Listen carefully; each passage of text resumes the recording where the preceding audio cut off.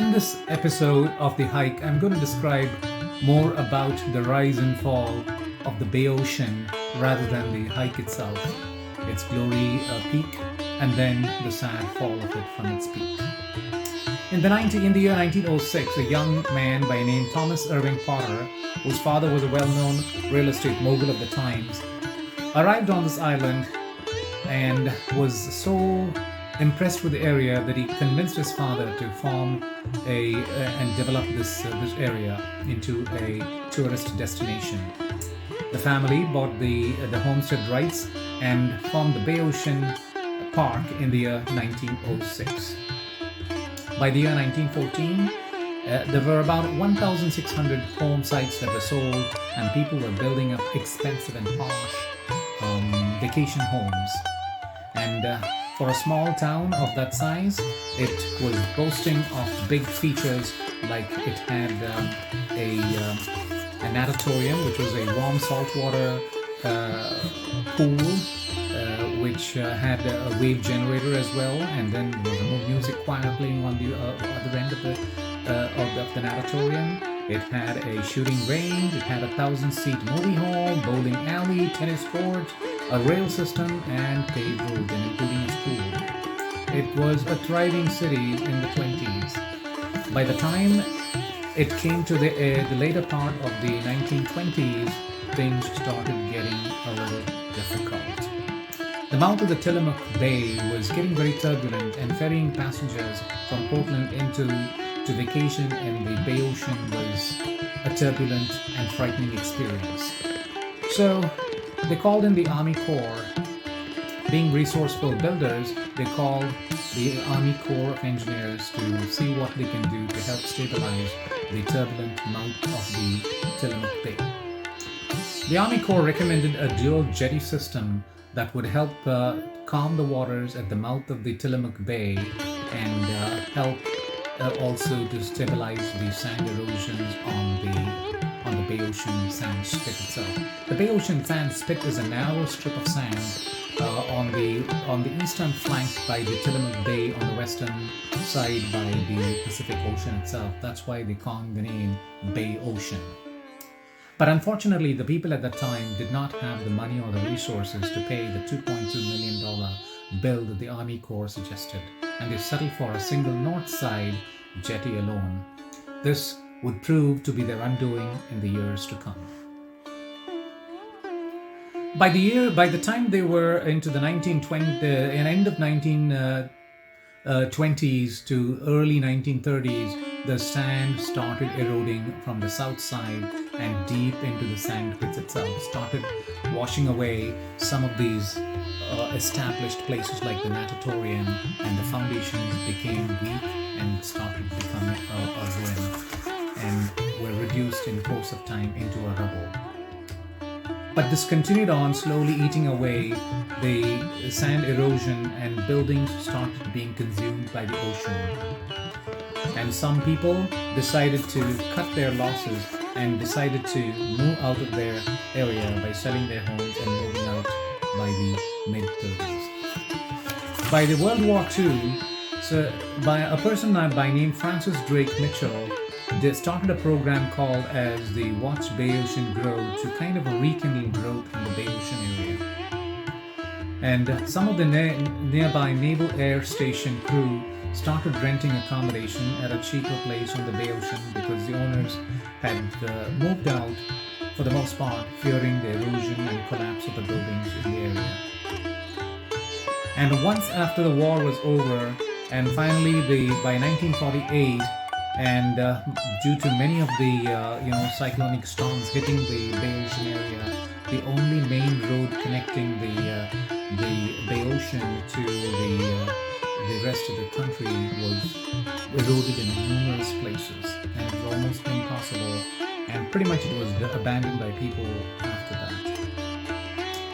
Finally, in the year 1979, the US Army Corps got back and built the Southside Jetty, and interestingly, the sand started again reforming, and the spit has again started to restabilize over years, and now you see a nice stable island which is now taken over by US Park District, and they have since renamed this once glorious the rich people's paradise into a park where hikers and campers go there and take in the beauty of the ocean on the west side and the beauty of the Tillamook Bay on the east side. You'll see a lot of fishers, bikers, and hikers who go around the 7.8 or about approximately 8-mile loop, taking in the beauty of the ocean and enjoy their hike.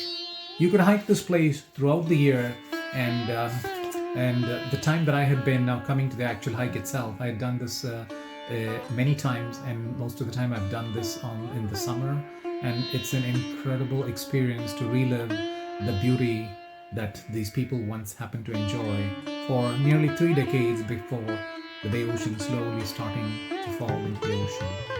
This was also fondly described as the city that fell into the ocean, and whenever I go to this area, I'm fondly reminded of what a glorious past it has had. And as you get to about a quarter mile from the trailhead itself, you would see signpost that describes details in great detail the school that once was there, the natatorium, which is a warm water pool, and then the various other places of importance like the school building, the post office, the hotel that once resided there, the blacksmith shop, and a gas station, a Texaco gas station that once happened to be there, are all described in detail, and about how people lived their lives in the 1920s and 30s before the ocean started slowly reclaiming the spit, and that was largely driven by the costly mistake of building just one jetty rather than 2 jetties that were suggested by the US Army Corps. This hike is a very pleasant hike, and normally you wouldn't see a lot of people taking the entire 7 or 8 mile hike, and especially on the dike that connects from the mainland into the northernmost point of the spit. You would pass very few people, but on the ocean side, for the first mile and a half, you would see some people, but after that, you can enjoy a quiet, calm hike. I sat on the jetty, had my snack, and watching some few people fishing with their fishing poles and staring deep and far into the ocean gave me a sense of calm feeling and enjoying the beauty of what nature had to offer. And this hike is a highly recommended hike. I would suggest going there with family and kids and friends and enjoy the hike during a summertime. This trail is hikeable pretty much around the year, and it would be good if you go there on a clear day so you can see far out into the ocean, and also take in the sights on the other side of the other side of the Bayocean, which is the Tillamook Bay.